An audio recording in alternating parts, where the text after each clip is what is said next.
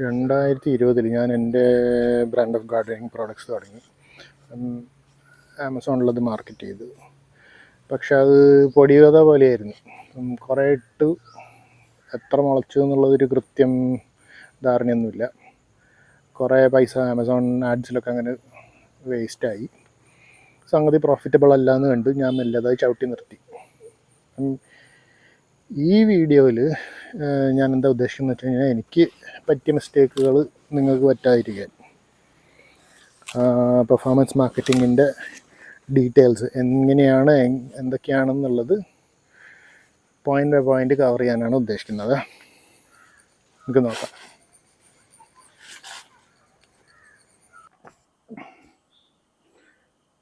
Cinema ഉണ്ടില്ലേ, Mohanlal sir ഗംഭീര performance ആയിരുന്നു കേട്ടോ. നമ്മൾ റോട്ടുമ്മലൊരു വണ്ടി കാണുമ്പോൾ, നല്ല അടിച്ചു പിന്നിച്ച് വണ്ടി പോകുന്ന കാണുമ്പോൾ എന്താ പെർഫോമൻസ് പോലെ. അപ്പോൾ ഈ അഭിനയം പോലത്തെ സാധനങ്ങൾ അപേക്ഷികമാണ്. പക്ഷേ ഈ പെർഫോമൻസ് എന്ന് പറയുന്ന, വണ്ടീൻ്റെ പെർഫോമൻസ് എന്നൊക്കെ പറയുമ്പം, ഇപ്പോൾ സ്പീഡ് അപ്പോൾ നമ്മളൊരു ഫാക്ടറായിട്ട് കാൽക്കുലേറ്റ് ചെയ്യുന്നത്. നമ്മളെ വണ്ടി മേടിക്കുമ്പോൾ അതിൻ്റെ ബ്രോഷറിലൊക്കെ നോക്കിക്കഴിഞ്ഞാൽ പീക്ക് ഔട്ട്പുട്ട് ഇത്ര RPM ഇത്ര BHP അല്ലെങ്കിൽ ഇത്ര കിലോ വാട്ട് ഔട്ട്പുട്ട് ചെയ്യുന്നെന്ന് കാണുന്നില്ലേ. അതൊക്കെ ഡേറ്റ ബേസ് ചെയ്ത് പറയുന്ന പെർഫോമൻസ് നമ്പേഴ്സാണ്. അപ്പം എന്താ പറയുന്നത്, 0 to 100 ഇത്ര സെക്കൻഡിലെത്തും, 30 to 80 റോൾ ഓൺ ആക്സിലറേഷൻ ഇത്ര കിട്ടും, പിന്നെ പവർ ടു വെയിറ്റ് റേഷ്യോ, വണ്ടിക്ക് ഇത്ര തൂക്കമുണ്ട്, അതൊരു നോൺ ഫാക്റ്റാണ്. ഇത്ര ഔട്ട്പുട്ട് ഉണ്ട്, അപ്പം പവർ ടു വെയിറ്റ് റേഷ്യോ എന്നൊക്കെ പറഞ്ഞ് വണ്ടീൻ്റെ പെർഫോമൻസ് ഫിഗേഴ്സ് നമ്മൾ പറയുന്നില്ല. ഇതിരിക്കെ നമ്മൾ മാർക്കറ്റിങ്ങിൽ പറയുമ്പം പെർഫോമൻസ് മാർക്കറ്റിംഗ് അങ്ങനത്തെ സാധനങ്ങളൊക്കെ കേട്ടിട്ടില്ലേ. മാർക്കറ്റിങ്ങിൽ ആക്ച്വലി എന്താണ് പെർഫോമൻസ്, അത് നോക്കിയാലോ. ഇപ്പം എൻ്റെ കയ്യിലൊരു പ്രോഡക്റ്റ് ഉണ്ട്, അത് നിങ്ങളിലേക്ക് എത്തിക്കണം. അപ്പം എങ്ങനെ പറയുന്നു, പ്രോഡക്റ്റിൻ്റെ ബെനിഫിറ്റ് നിങ്ങൾക്ക് ഉപകരിക്കുന്ന പ്രോഡക്റ്റാണോ, ഞാൻ പറയുന്നതിനോട് നിങ്ങൾ എങ്ങനെ പ്രതികരിക്കുന്നു, അങ്ങനത്തെ സാധനങ്ങളൊക്കെയാണ് ഈ പെർഫോമൻസ് മാർക്കറ്റിങ്ങിന് ആധാരം. ഇവൻച്വലി കോമേഴ്സ് ആണല്ലോ, കാശ് കൈമാറണം, നിങ്ങൾ പൈസ തരണം, സാധനം മേടിക്കണം, എനിക്ക് ലാഭം ഉണ്ടാവണം, റൈറ്റ്. കൂടാതെ അതിൻ്റെ സെയിം ടൈം നിങ്ങൾ ബെനിഫിറ്റും ചെയ്യണം. ഇതിൻ്റെയൊക്കെ മുമ്പേ പറയാനുള്ളൊരു കാര്യം, ക്യാമ്പയിൻ. എന്തെങ്കിലും ഒരു പ്രത്യേക ഉദ്ദേശം വെച്ച് ചെയ്യുന്ന ഒരു പ്രവൃത്തിയാണ് ക്യാമ്പയിൻ. നമ്മൾ ഡിക്ഷണറിയിൽ അർത്ഥം നോക്കിയാലും സെയിം സംഗതി കാണാം. ഇപ്പം ഡിജിറ്റൽ മാർക്കറ്റിങ്ങിൽ പലവിധം ഉദ്ദേശങ്ങളോടുകൂടി ചെയ്യുന്ന ആക്ടിവിറ്റീസ് ഉണ്ട്. ഇപ്പം lead generation campaign, app download campaign എന്നൊക്കെ കേട്ടിട്ടില്ലേ. അതൊക്കെ ക്യാമ്പയിനുകളാണ്. ഈ പറയുന്ന ക്യാമ്പയിനുകൾ എന്ത് തന്നെ ആവട്ടെ, ക്യാമ്പയിനുകൾ നല്ല രീതിക്കാണോ പോകുന്നത്, അതോ അതിലെന്തെങ്കിലും നേരത്തെ പറഞ്ഞ ഒരു മാറ്റങ്ങൾ വരുത്താനുണ്ടോ എന്നൊക്കെ ഉള്ളത് ഡേറ്റേൻ്റെ സഹായത്തോടു കൂടി ചെയ്യാൻ പറ്റുന്ന പരിപാടിയാണ് എന്താ, പെർഫോമൻസ് മാർക്കറ്റിംഗ്. ഒരു ഉദാഹരണം പറയുകയാണെങ്കിൽ, നമ്മൾ വണ്ടി ഓടിക്കുമ്പം ഇപ്പം എത്ര മൈലേജ് കിട്ടുന്നുണ്ട് നോക്കിയാൽ മീറ്റർ കൺസോളിൽ നോക്കിയാൽ കാണാം, കാറിൻ്റെ ഡാഷ്ബോർഡിൽ നോക്കിയാൽ കാണാം. ഇപ്പം നമ്മുടെ മാർക്കറ്റിങ്ങിലും ഇതേപോലെ ഇങ്ങനത്തെ ഡേറ്റകൾ എന്ന് വെച്ചാൽ, എത്ര കൈ കൊടുത്ത് ഓടിച്ചു കഴിഞ്ഞാൽ മൈലേജ് കുറയും നമുക്കറിയാം, ഫോർ എ ഫാക്റ്റ് നമുക്കറിയാം. ഇതിലും മാർക്കറ്റിങ്ങിലും നമ്മൾ ചെയ്യുന്ന ആക്ടിവിറ്റീസ് എന്തൊക്കെയാണ്, അതിൻ്റെ എന്താ റിസൾട്ട് എന്നുള്ളത് പ്രതിഫലിക്കും, നമുക്ക് ഡാഷ്ബോർഡിലൊക്കെ കാണിക്കാം. ഇപ്പം എനിക്ക് ഈ ഒരു പ്രോഡക്റ്റ് കാണുന്നുണ്ടല്ലേ, ഇപ്പം ഇത് ഞാൻ ഉണ്ടാക്കുന്ന ഒരു പ്രോഡക്റ്റാണ്. അപ്പം അത് എനിക്ക് മാർക്കറ്റ് ചെയ്യണം. അപ്പം സംഗതി എന്താണെന്നും ആർക്കും ഉപയോഗപ്പെടുത്തുന്നുള്ളത് ഞാൻ ആദ്യം തന്നെ കണ്ടുപിടിക്കണ്ട. ഈ പ്രോഡക്റ്റ് എന്തുകൊണ്ട് ഉപയോഗിക്കണം ആരെങ്കിലും, അതിൻ്റെ UVP, യുണീക്ക് വാല്യൂ പ്രൊപ്പോസിഷൻ എന്ന് പറയും. എൻ്റെ പ്രോഡക്റ്റ് ഇന്ന ആളുകളെ ഇന്ന രീതിയിൽ സഹായിക്കുന്ന എൻ്റെ ഒരു മെസ്സേജിങ് വേണ്ടേ. എൻ്റെ പ്രോഡക്റ്റിന് ഇതാണ് benefit, by using this it will help certain people to achieve their goal. പിന്നെ വേണമെങ്കിൽ പറയാം, അൺലൈക്ക് ഈ ഒരു സാധനം, ഇതിപ്പോൾ ഞാനെന്താ പ്രകൃതി കൃഷി രീതിയിൽ ചെടികളുടെ സംരക്ഷണം ചെയ്യുന്നൊരു പ്രൊഡക്റ്റാണ്. ഗോമൂത്രവും ഇലകളും പച്ചിലകളും ഒക്കെ ഇട്ട് ഉണ്ടാക്കുന്ന ഒരു സംവിധാനം, റൈറ്റ്. എനിക്കറിയുള്ളൂ ഞാൻ എങ്ങനെയാണ് ഉണ്ടാക്കുന്നത് എന്നുള്ളത്. മേടിക്കുന്ന ആളെ ഞാൻ അറിയും. ഞാൻ ഇതിനൊരു വാല്യൂ പ്രൊപ്പോസിഷനും അതിന് യൂണീക്കായിട്ടുള്ള എന്തെങ്കിലും ഒരു സംവിധാനം പറയണ്ടേ. ഞാൻ പറയുന്നത് മൈ പ്രോഡക്റ്റ് വിൽ ഹെൽപ്പ് ആളുകൾ by doing this, right. Unlike നമ്മുടെ രാസവളങ്ങളെ സംബന്ധിച്ചിടത്തോളം അല്ലെങ്കിൽ കീടനാശിനികളെ സംബന്ധിച്ചിടത്തോളം ഇത് മനുഷ്യന്മാർക്കും മനുഷ്യൻ വളർത്തുന്ന ഓമന മൃഗങ്ങൾ, പട്ടി, പൂച്ച, അങ്ങനത്തെ വീട്ടിലുള്ള ആൾക്കാർക്കൊക്കെ എന്താ പറയുന്ന ഒരു കേടും ഇല്ലാതെ ഉപയോഗിക്കാൻ പറ്റുന്ന സാധനമാണെന്നാണ് പറഞ്ഞു വയ്ക്കാൻ ഉദ്ദേശിക്കുന്നത്, റൈറ്റ്. അപ്പം ആ പറയുന്ന സംവിധാനമാണ് വാല്യൂ പ്രൊപ്പോസിഷൻ. അപ്പം അത് മാർക്കറ്റിങ്ങിൽ ഇപ്പോൾ താങ്കളൊരു ബിസിനസ് ഓണറാണെങ്കിൽ ഇത് മാർക്കറ്റ് ഇറങ്ങുന്നതിൻ്റെ മുമ്പേ ഈ ഒരു UVP എന്തായാലും കണ്ടുപിടിച്ചിരിക്കണം. എന്ന് വെച്ചാൽ ആ പ്രോഡക്റ്റിൻ്റെതായ ഒരു യൂണിക്നെസ് ഉണ്ടാവുമല്ലോ. അല്ലാതെ ഈ തിക്കും തിരക്കിൻ്റെ ഇടയിൽ എങ്ങനെയാണ് ഇത് മുന്നോട്ട് നിൽക്കുക, ആൾക്കാരെങ്ങനെയാണ് അത് നോട്ടീസ് ചെയ്യുക? ആദ്യം എന്താണെന്നുള്ളത് ഇപ്പോൾ തീരുമാനമായി. ഇനിയിപ്പം ആർക്കാന്നുള്ളത്, ആർക്കാതൊക്കെ ഇപ്പോൾ വിൽക്കുക, അതിപ്പോൾ ആർക്കാ ഈ സംവിധാനം ആവശ്യം ഉണ്ടാവുക? അപ്പം അതിന് വേണ്ട സാധനമാണ്, ചിലവരതിനെ ICP എന്ന് പറയും, എന്ന് വെച്ചാൽ ഐഡിയൽ കസ്റ്റമർ പേഴ്സണ. ചിലവർ പറയും ബയർ പേഴ്സണ എന്ന് പറയും, അല്ലെങ്കിൽ ചിലവരതിനെ കസ്റ്റമർ അവതാർ എന്ന് പറയും. പല പേരുകളിൽ അറിയപ്പെടുന്ന ഒരു സംവിധാനം, പക്ഷെ സംഗതി സെയിമാണ്. ഇപ്പം ഞാൻ ചെയ്യുന്ന പരിപാടി എന്താണ്, ഞാൻ എൻ്റെ മനസ്സിൽ അല്ലെങ്കിൽ എൻ്റെ മാർക്കറ്റ് റിസർച്ച് കൊണ്ട് ഒരു എന്താ പറയുക ഒരു കസ്റ്റമർ, ആ കസ്റ്റമർക്ക് ഒരു പേര് കൊടുക്കും. ആ കസ്റ്റമർ എന്താ ചെയ്യുന്നതെന്ന് പറയും, കസ്റ്റമർ ഫേസ് ചെയ്യുന്ന ബുദ്ധിമുട്ടുകൾ എന്താണെന്ന് പറയും. അപ്പം ഈ കാണിക്കുന്ന പ്രോഡക്റ്റ് ഇപ്പം അവർക്ക് എങ്ങനെ ബെനിഫിറ്റ് ചെയ്യുമെന്ന് പറയും. ഒരു ഉദാഹരണം പറയാം. ഇപ്പം അനിത എന്നാണ് ആ ക്യാരക്ടറിൻ്റെ പേര്. 35 വയസ്സായി, IT മേഖലയിൽ ജോലി ചെയ്യുന്നു, സ്ട്രെസ്ഫുൾ ജോലിയാണ്, ഫ്ലാറ്റിലാണ് താമസം. ഫേസ്ബുക്കിലും ഇൻസ്റ്റാഗ്രാമിലും ഗാർഡനിങ്ങിനെ പറ്റിയിട്ടുള്ള പേജസൊക്കെ ഫോളോ ചെയ്യുന്നു, ഇൻസ്റ്റയിൽ അങ്ങനത്തെ ഇൻഫ്ലുവൻസേഴ്സിനെ ഫോളോ ചെയ്യുന്നു, ഗാർഡനിങ്ങിൽ താല്പര്യമുള്ള ആളാണ്. അവർക്ക് ബാൽക്കണിയിൽ ഒരു കിച്ചൺ ഗാർഡൻ ഉണ്ട്, പൂക്കൾ വളർത്തുന്നുണ്ട്, അവർക്ക് വേണ്ട ചെറിയ രീതിയിലുള്ള തക്കാളി അങ്ങനത്തെ കൃഷിയൊക്കെ ബാൽക്കണിയിൽ അവർ ചെയ്യുന്നു. അവർക്ക് ഇപ്പോൾ പ്രകൃതി കൃഷിയോട് താല്പര്യമുണ്ട്, ഈ ഓർഗാനിക് സാധനങ്ങൾ കഴിക്കണം താല്പര്യമുണ്ട്. ഇപ്പോൾ ഈ കെമിക്കൽ ഫെർട്ടിലൈസേഴ്സ് ഒന്നും അല്ലെങ്കിൽ കെമിക്കൽ കളർന്ന പ്രോഡക്റ്റ്സ് ഒന്നും ഉപയോഗിക്കാൻ അവർക്ക് താല്പര്യമില്ല. അവരുടെ സ്വന്തം ഹെൽത്തിനും അവരുടെ ഫാമിലീൻ്റെ ഹെൽത്തിനും കരുതി അപ്പം അവർ ഇങ്ങനത്തെ ഒരു സാധനം നോക്കുന്നു. അവർക്ക് കറക്റ്റ് ഫിറ്റായിരിക്കും ഈ പ്രോഡക്റ്റിന് ഞാൻ ഫോർമുലേറ്റ് ചെയ്ത് വെക്കാം. അങ്ങനെ ഒരു എക്സ്റ്റെൻസീവായിട്ട് ഒരു സാധനം, ഒരു ക്യാരക്ടർ.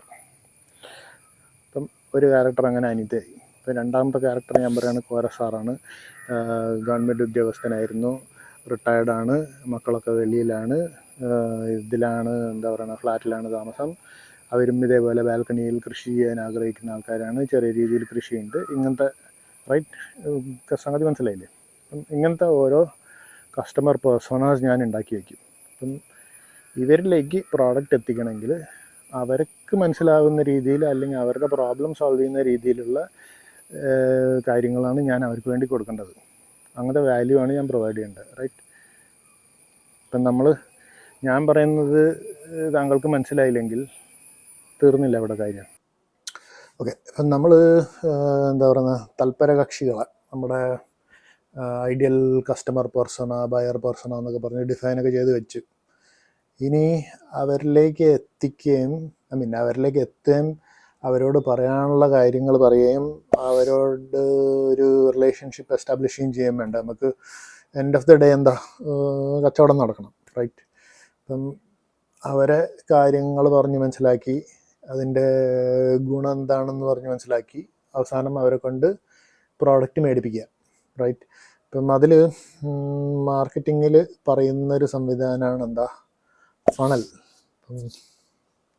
ഇതന്നെ നമ്മൾ കുപ്പിയിലേക്ക് ഒരു ലിക്വിഡ് ഒഴിക്കാൻ വേണ്ടി ഉപയോഗിക്കുന്ന സാധനമല്ലേ. ഇപ്പം മലയാളത്തിൽ എന്താ പറയുന്നത് എനിക്കറിയില്ല, നമുക്ക് ഫണൽ തന്നെ പറയാം.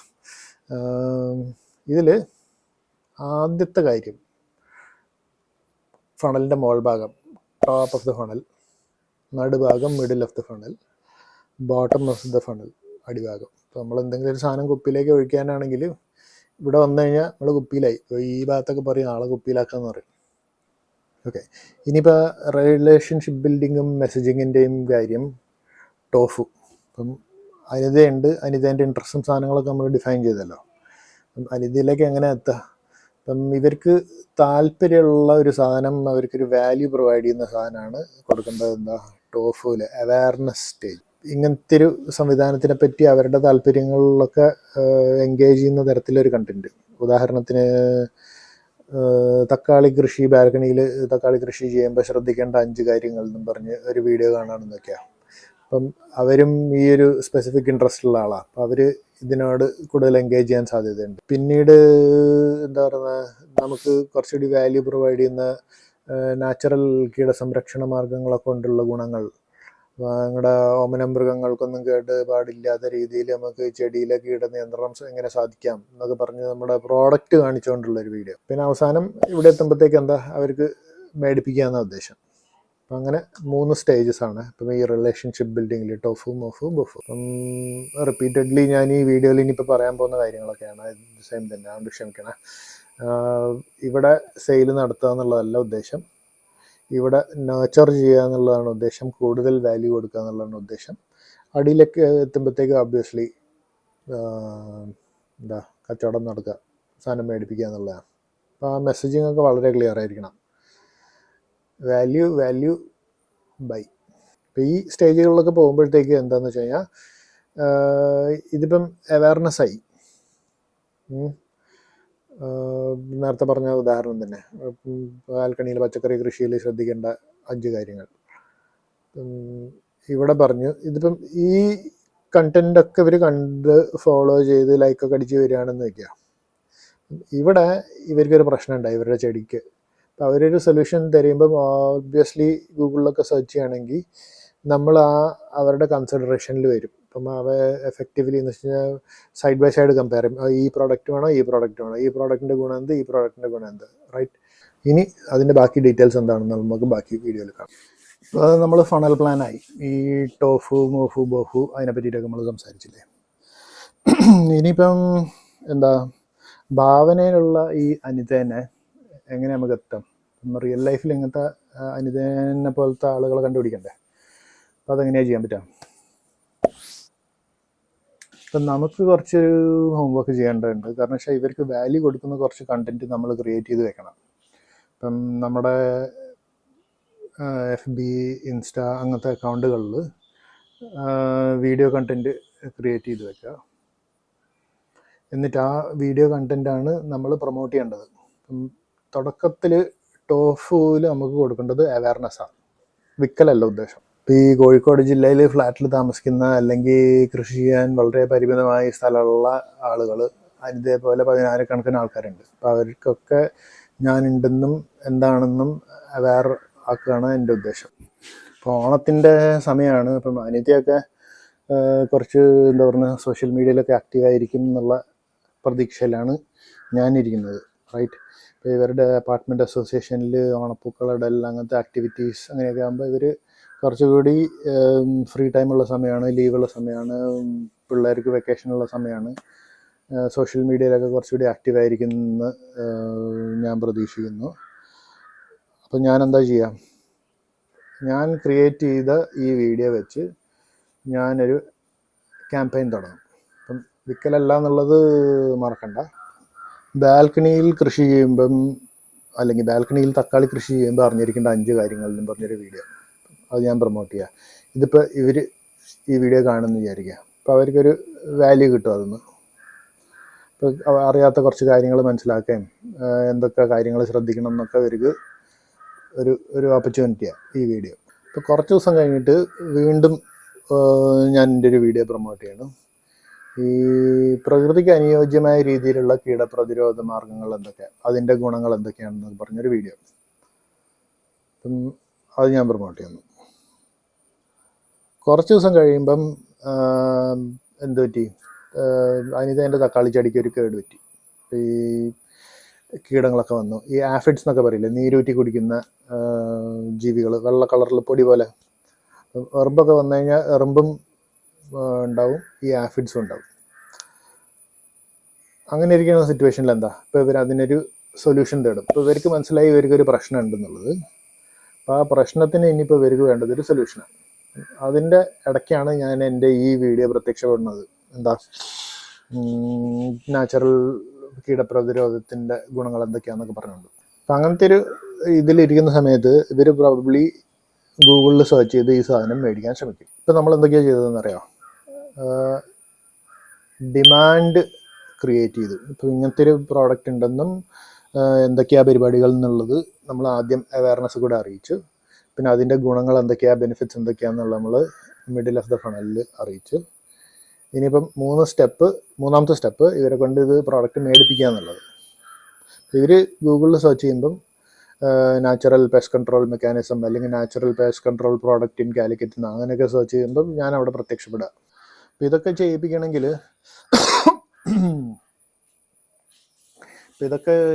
നമുക്ക് ക്യാമ്പയിൻ വേണം. അപ്പം അതിനു വേണ്ടി പരസ്യങ്ങൾ വേണ്ട. പരസ്യം ചെയ്യേണ്ട 3 കാര്യങ്ങളാണ്. ഒന്ന്, ആൾക്കാരുടെ ശ്രദ്ധ പിടിച്ചു പറ്റുക എന്നുള്ളത് നമ്പർ 1. നമ്മൾ ഹുക്ക് എന്ന് പറയും. ഇപ്പം നമ്മൾ ചൂണ്ട കൊണ്ട് കൊളുത്തി വലിക്കില്ല, അതുപോലെ തന്നെ ഇപ്പോൾ ഈ തിക്കും തിരക്കിൻ്റെ ഇടയിൽ ആൾക്കാരുടെ ശ്രദ്ധ പിടിച്ചു പറ്റുന്ന ഒരു സാധനം. ഈ ഇൻസ്റ്റഗ്രാം FB ഒക്കെ അറിയാലോ. എന്ന് വെച്ചാൽ കോടിക്കണക്കിന് റീലുകളാണ് വരുന്നത്. നമ്മൾ എന്ത് കാര്യത്തിനാണോ കൂടുതൽ എൻഗേജ് ചെയ്യുന്നത് അങ്ങനത്തെ തരത്തിലുള്ള സാധനങ്ങൾ വരും. ഇപ്പം അനിത ഈ ഗാർഡനിങ് അങ്ങനത്തെ സാധനങ്ങളൊക്കെ താല്പര്യമുള്ളതുകൊണ്ട് ഞാനും ആ ഒരു ഇതിൽ കയറി വരും. ഇപ്പോൾ രണ്ടാമത്തെ ആഡ് ചെയ്യേണ്ടത് എന്താണെന്ന് വെച്ച് കഴിഞ്ഞാൽ ഒരു റിസൾട്ട് പ്രോമിസ് ചെയ്യുക. മൂന്നാമത് ഈ ആഡ് കാണുന്ന ആളോട് കൃത്യമായിട്ട് എന്ത് ആക്ഷൻ എടുക്കണം എന്ന് പറഞ്ഞു കൊടുക്കുക. കൺഫ്യൂഷനൊന്നുമില്ല, അത് കൃത്യമായിട്ട് എന്താ ചെയ്യേണ്ടത്. ഇപ്പോൾ നമ്മളെ ടോഫു പരസ്യത്തിൻ്റെ കേസ് നോക്കുക. അവയർനെസ് ക്രിയേറ്റ് ചെയ്യലാണ്. ഇപ്പോൾ ഈ എന്താ പറയുന്ന ബാൽക്കണി കൃഷിയിൽ അല്ലെങ്കിൽ ബാൽക്കണിയിൽ തക്കാളി കൃഷി ചെയ്യുമ്പോൾ ശ്രദ്ധിക്കേണ്ട 5 കാര്യങ്ങൾ. അപ്പം ഈ ആഡിൽ എന്തൊക്കെയാണ്, ഹുക്കായി, റിസൾട്ട് പറഞ്ഞു, പിന്നെ എന്താ പറയുക ആക്ഷൻ. ഈ ടോഫു ആഡ് ഞാൻ എൻ്റെ പ്രോഡക്റ്റ് ഒന്നും കാണിക്കുന്നില്ല. ഈ ബാൽക്കണിയിൽ തഴച്ച് വളരുന്ന തക്കാളി ചെടികൾ അങ്ങനത്തെ സാധനങ്ങളൊക്കെയാണ് കാണിക്കുക. അപ്പോൾ ഈ പരസ്യം ഞാൻ എങ്ങനെ ടാർഗറ്റ് ചെയ്യുക, എങ്ങനെയാണ് ഞാൻ ഈ പരസ്യം എഴുതുക? ബാൽക്കണിയിലെ തക്കാളി കൃഷിയിൽ നിന്ന് ബമ്പർ വിളവ്, ശ്രദ്ധിക്കേണ്ട 5 കാര്യങ്ങൾ. ഇപ്പം അതിൽ ഞാൻ പ്രസൻറ്റ് ചെയ്യുന്നത് എന്താ, ഒരു 15 സെക്കൻഡ് വീഡിയോ നേരത്തെ പറഞ്ഞ ഈ തഴച്ച് വളരുന്ന തക്കാളി ചെടികൾ അങ്ങനത്തെ സാധനങ്ങളൊക്കെ പറഞ്ഞ് അതിന് ശ്രദ്ധിക്കേണ്ട 5 കാര്യങ്ങൾ പറഞ്ഞു കൊടുക്കും. വാല്യൂ പ്രൊവൈഡ് ചെയ്യുന്നൊരു വീഡിയോ. അതിൽ ഞാൻ എൻ്റെ പ്രോഡക്റ്റ് കാണിക്കുക ഒന്നുമില്ല, റൈറ്റ്. 2, മോഫ്, കൂടുതൽ ഡീറ്റെയിൽസ് കൊടുത്ത് ബെനിഫിറ്റ്സും ഒക്കെ പറയേണ്ട സംവിധാനം. അപ്പം അതിൽ വേണമെങ്കിൽ പറയാം, ഇപ്പോഴും കെമിക്കൽ കീടനാശിനികളാണോ ഉപയോഗിക്കുന്നത്, നാച്ചുറൽ പ്രതിരോധ മാർഗങ്ങളെ കൊണ്ടുള്ള ബെനിഫിറ്റ്സ് ഇതാണ്. പിന്നെ വേണമെങ്കിൽ പറയാം, പ്രകൃതിക്കും നിങ്ങൾക്കും നിങ്ങളുടെ ഓമന മൃഗങ്ങൾക്കും കേടില്ലാത്ത രീതിയിൽ കീടനിയന്ത്രണം. പിന്നെ മൂന്നാമത് ഇവിടെ എത്തി, ബോട്ടം ഓഫ് ദ ഫണൽ, ബാൽക്കണിയിൽ പെർഫെക്റ്റ് പച്ചക്കറി കൃഷി. Make your balcony Bloom this Onam, get 10% of, use this coupon code. അങ്ങനെ പരസ്യം. ഇനി ഇപ്പം ആൾക്കാരെ കൊണ്ട് ഈ പരസ്യത്തിലൊക്കെ എന്താ ചെയ്യിക്കേണ്ടത്, കൃത്യമായിട്ടൊരു ആക്ഷൻ എടുപ്പിക്കണം എന്ന് പറഞ്ഞില്ലേ. അപ്പം ടോഫുവിൽ അവയർനെസ് ആയതുകൊണ്ട് ഈ കാര്യങ്ങളൊക്കെ പറയുന്നുണ്ട്. ലേൺ മോർ എന്ന് വേണമെങ്കിൽ കൊടുക്കാം. രണ്ടാമത്തതിൽ വേണമെങ്കിൽ പറയാം വാച്ച് വീഡിയോ എന്ന് കൊടുക്കുക. വാച്ച് വീഡിയോ ആദ്യത്തേലും കൊടുക്കാം കേട്ടോ, കുഴപ്പമൊന്നുമില്ല. മൂന്നാമത്തേൽ ബോഫുവിൽ പ്രോഡക്റ്റ് മേടിപ്പിക്കുകയാണല്ലോ, ബൈ നൗ.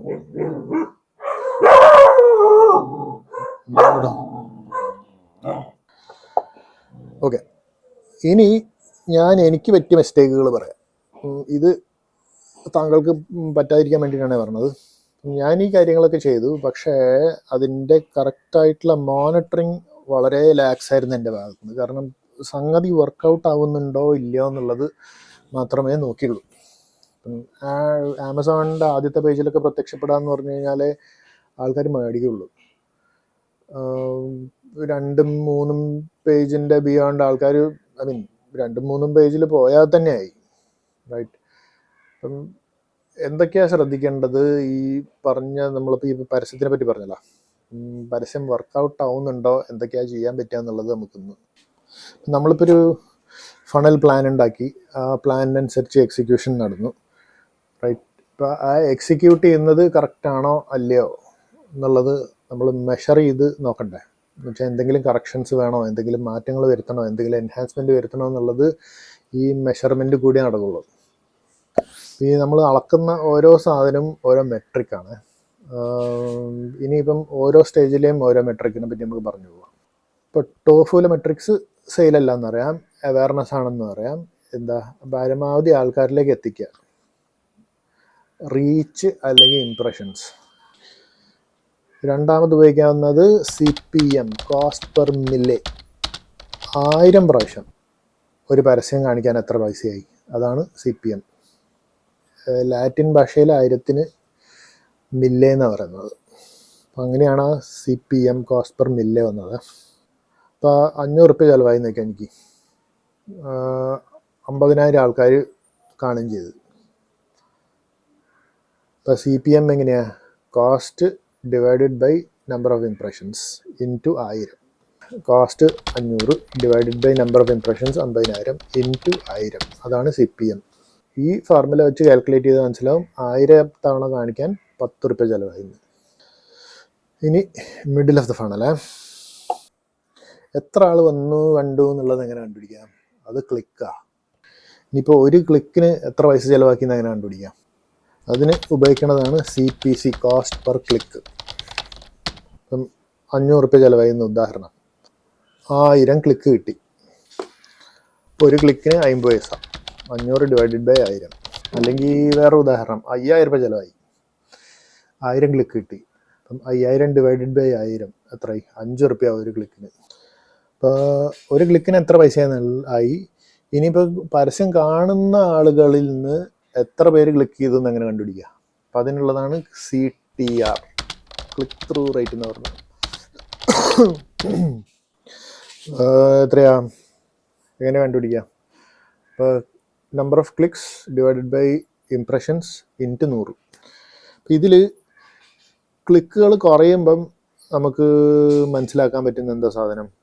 പരസ്യം അത്ര എഫക്റ്റീവ് അല്ല എന്ന് മനസ്സിലാക്കും. CTR ഹൈ ആണെങ്കിൽ എന്താ, ആൾക്കാർ കൂടുതൽ ഈ സെർവ് ചെയ്യുന്നതിനനുസരിച്ച് പരസ്യം കൂടുതൽ കാണുന്നുണ്ടെന്ന് മനസ്സിലാവും. ഇപ്പോൾ ഏകദേശം പെർഫോമൻസ് മാർക്കറ്റിംഗ് എങ്ങനെ പോകുന്നുണ്ടെന്ന് മനസ്സിലായി. ഈ ഡേറ്റ ഡ്രിവൺ പെർഫോമൻസ് മാർക്കറ്റിംഗ് എന്നൊക്കെ പറഞ്ഞു വരുമ്പം ഒരു ഐഡിയ പിടിയിട്ടുണ്ടല്ലോ അല്ലേ.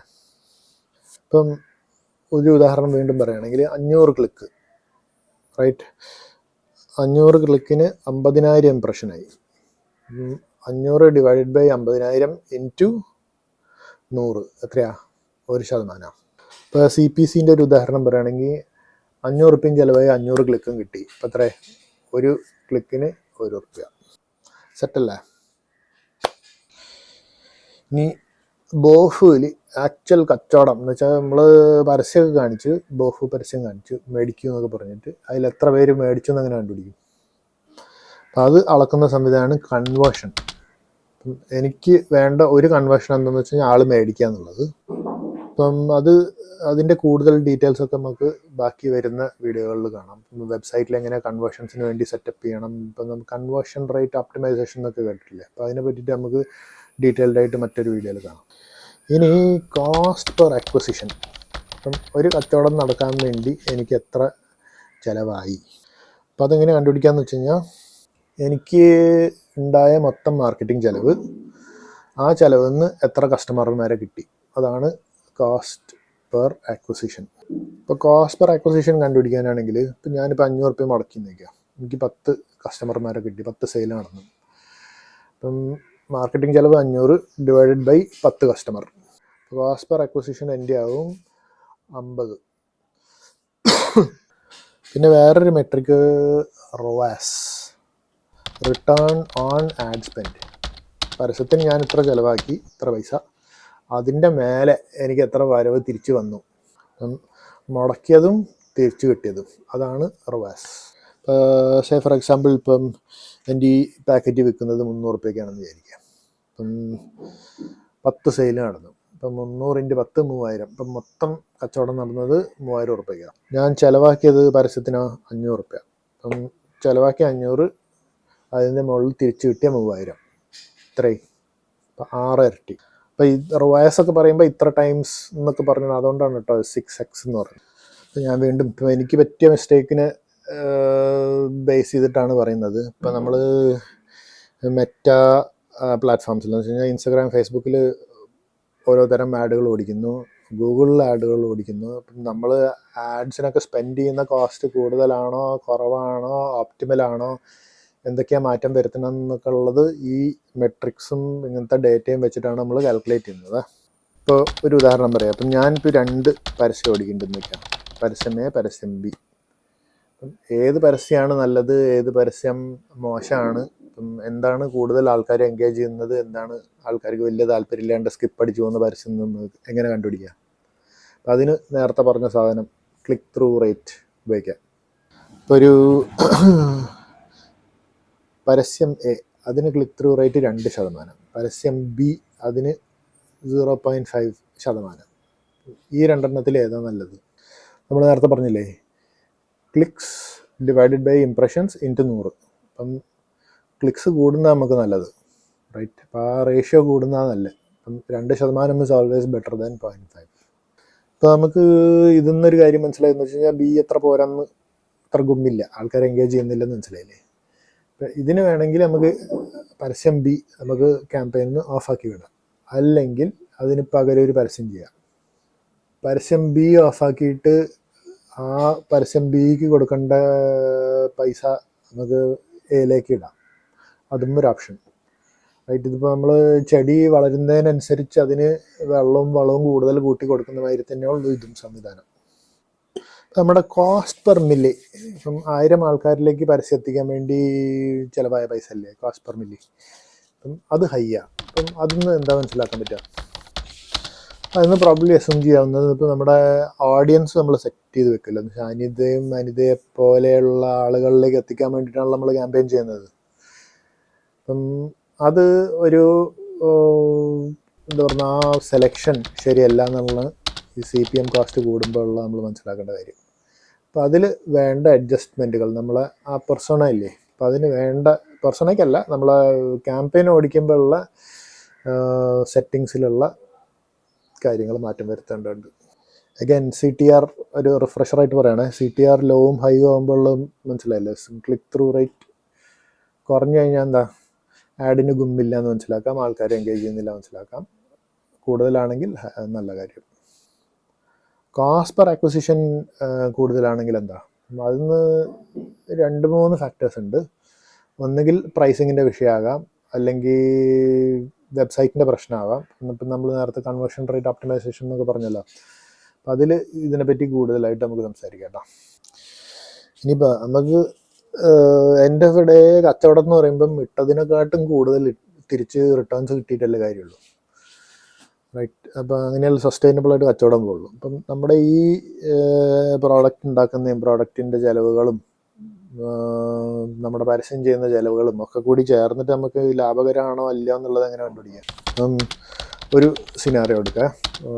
പരസ്യത്തിന് ചിലവായ മൊത്തം പൈസ 10,000 ഉറുപ്യ, വിറ്റ് പോയ പാക്കറ്റുകളുടെ പൈസ എത്ര, 300 ഉറുപ്യ ഒന്നിനെന്ന് പറഞ്ഞ്, ഇപ്പം 100 വിറ്റ് പോയി.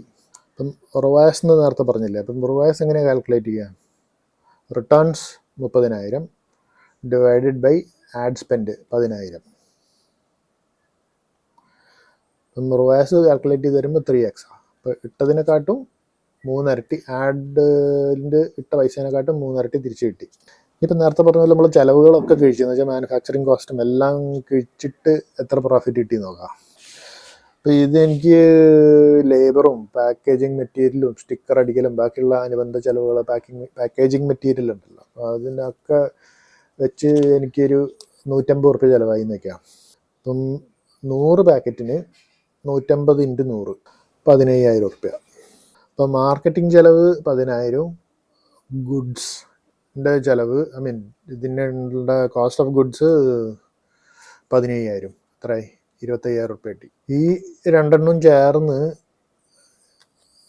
എനിക്ക് റിട്ടേൺസ് കിട്ടിയത് എത്രയാണ്? 30,000. അപ്പം 30,000 മൈനസ് എൻ്റെ കോസ്റ്റ് 25,000, ബാക്കി വരുന്നത് 5,000 ആണ് ലാഭം. ഇട്ടതിനെക്കാട്ടും കൂടുതൽ തിരിച്ചു കിട്ടി. പക്ഷേ എന്താ പറയുക, പറയത്തക്ക സംഖ്യ ഒന്നും ലാഭമൊന്നുമില്ല. പക്ഷേ സ്റ്റിൽ ഇതൊരു സ്റ്റാർട്ടാണ്. അത് വീണ്ടും ഒരു ചോദ്യം, ഇപ്പം പെർഫോമൻസ് മാർക്കറ്റിംഗ് എങ്ങനെ എന്നുള്ളതൊരു എസ്റ്റാബ്ലിഷ് ചെയ്തുകൊണ്ട് വരാൻ വേണ്ടിയിട്ടാണ് കേട്ടോ അതൊക്കെ പറയുന്നത്. ഇപ്പം നമ്മൾ കൃഷിയിൽ പറയില്ലേ, മണ്ണറിഞ്ഞ് വിളയറിഞ്ഞ് വിളകറിഞ്ഞ് കൃഷി ചെയ്യണമെന്ന് പറയില്ലേ. ഈ സംവിധാനം നമ്മുടെ പെർഫോമൻസ് മാർക്കറ്റിംഗ്, ഡിജിറ്റൽ മാർക്കറ്റിംഗ് എല്ലാം ഇതന്നെ സംവിധാനം.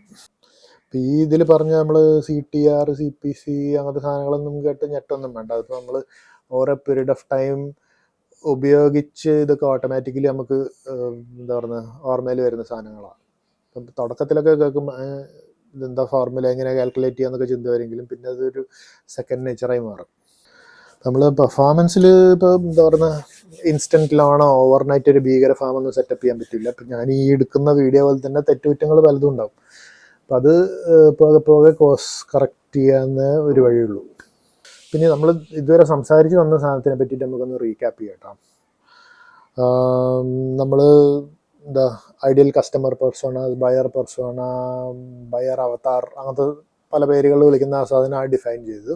അപ്പം അതിൽ അനിതയും പോരസാറും അമ്മണി ചേച്ചിയും മക ആരൊക്കെയാണെന്നൊക്കെ ഉള്ളത് നമ്മൾ ഡിഫൈൻ ചെയ്ത് വെച്ചു. ഇനി ഈ ഡിഫൈൻ ചെയ്ത ആളുകൾ ഇപ്പോൾ അങ്ങനത്തെ ആക്ച്വൽ ആളുകളിലേക്ക് എങ്ങനെ എത്തിപ്പെടും, അവരായിട്ടൊരു റിലേഷൻഷിപ്പ് എങ്ങനെ എസ്റ്റാബ്ലിഷ് ചെയ്യുമെന്ന് നോക്കി. അപ്പം അതിന് നേരത്തെ പറഞ്ഞ പോലത്തെ ഈ ടോഫു മോഫു ബോഫു ക്യാമ്പയിൻസിനെ പറ്റി സംസാരിച്ചു. അപ്പം ഇതിൽ എനിക്ക് പറയാനുള്ളൊരു കാര്യം എന്താണെന്ന് വെച്ച് കഴിഞ്ഞാൽ, എനിക്ക് തോന്നിയതാണ് ഒരു എവർഗ്രീൻ ആയിട്ടുള്ള കണ്ടൻറ്റ് ക്രിയേറ്റ് ചെയ്യുന്നതായിരിക്കും എപ്പോഴും നല്ലത്. കാരണം വെച്ചാൽ അത് ഏത് കാലത്തും എടുത്ത് ഉപയോഗിക്കാൻ പറ്റും. നമുക്ക് വാല്യൂ കൊടുക്കുന്നതായാലും എന്താ പറയുക എന്ത് തന്നെയായാലും ട്രെൻഡിൻ്റെ പോകുന്ന വെച്ച് കഴിഞ്ഞാൽ ട്രെൻഡ് വരുമ്പോൾ റൈറ്റ്. കാരണം വെച്ചാൽ ഒരു പഴയ സാധനം ഇപ്പോൾ കാണുമ്പം ആൾക്കാർക്ക് അത്ര അത് റെലവൻ്റ് ആയിട്ട് തോന്നില്ല. ആൾക്കാർ സ്കിപ്പായി പോകാനുള്ള സാധ്യത കൂടുതലാണ്. ഇതുവരെയും വീഡിയോ കണ്ടതിൽ വളരെ സന്തോഷം. ഇതുവരെ കണ്ടിട്ടൊരു ക്യാമ്പയിൻ തുടങ്ങിയാൽ കൊള്ളാമെന്നുള്ളൊരു എന്താ പറയുന്ന ഒരു ധൈര്യം വന്നോ കമൻറ്റിൽ അറിയിക്കും. ഒരു ഇൻഡിവിജ്വൽ ക്രിയേറ്ററെ സംബന്ധിച്ചിടത്തോളം വീഡിയോ ഷൂട്ട് ചെയ്യുക, എഡിറ്റ് ചെയ്യുക, അത് പബ്ലിഷ് ചെയ്യുക എല്ലാം ഒറ്റയ്ക്ക് മാനേജ് ചെയ്യേണ്ടി വരുന്ന സമയമാണെങ്കിൽ അത് നല്ല ബുദ്ധിമുട്ടാണ്. എസ്പെഷ്യലി എന്തെങ്കിലും എമർജൻസീസ് ഒക്കെ വരുന്ന സമയത്താണെങ്കിൽ ഷെഡ്യൂളൊക്കെ ആകെ തെറ്റി കോളായിപ്പോൾ. അങ്ങനത്തെ ഒരു ചാലഞ്ച് ഞാനിപ്പോൾ ഫേസ് ചെയ്യുന്നുണ്ട് ഓൾറെഡി. ഇനി ബാക്കിയുള്ള വരുന്ന വീഡിയോകളിൽ കുറച്ചും കൂടി എന്താ പറയുന്നത് റെഗുലറായിട്ട് പബ്ലിഷ് ചെയ്യാൻ പറ്റുമെന്ന് വിചാരിക്കുന്നു. ഞാൻ ലാസ്റ്റ് അപ്ലോഡ് ചെയ്ത വീഡിയോ ആണെങ്കിൽ ജൂൺ 17 അങ്ങനെ എന്തോ ഒരു ഡേറ്റിലാണ് ഞാൻ പബ്ലിഷ് ചെയ്തത്. അപ്പോൾ അതിൻ്റെ ശേഷം ഒരു വീഡിയോ ഒരു അനക്കും ചാനലുണ്ടായിട്ടില്ല. ഇനി വരുന്ന സമയത്ത് കുറച്ചും കൂടി ശ്രദ്ധിച്ച് നല്ല ടൈം മാനേജ് ചെയ്തു. ഞാനാദ്യം സിറ്റ് ഡൗൺ വീഡിയോ മാത്രം ചെയ്യാമെന്നാണ് വിചാരിച്ചിട്ടുണ്ടായിരുന്നത്. സിറ്റ് ഡൗൺ വീഡിയോ ഒന്നും ചെയ്യാനുള്ള ഗ്യാപ്പ് കിട്ടുന്നില്ല. അപ്പം പണീൻ്റെ ഇടയിൽ കൂടെ നമുക്ക് ഷൂട്ട് ചെയ്യാം. പല ദിവസങ്ങളിലായിട്ട് പല വേഷങ്ങളിൽ പല സമയത്ത് പല രീതിയിലായിരിക്കും പ്രത്യക്ഷപ്പെടുക. അപ്പം അത് ഓക്കെ ആണെന്ന് കരുതുന്നു. വീണ്ടും കാണാം. Alright, by.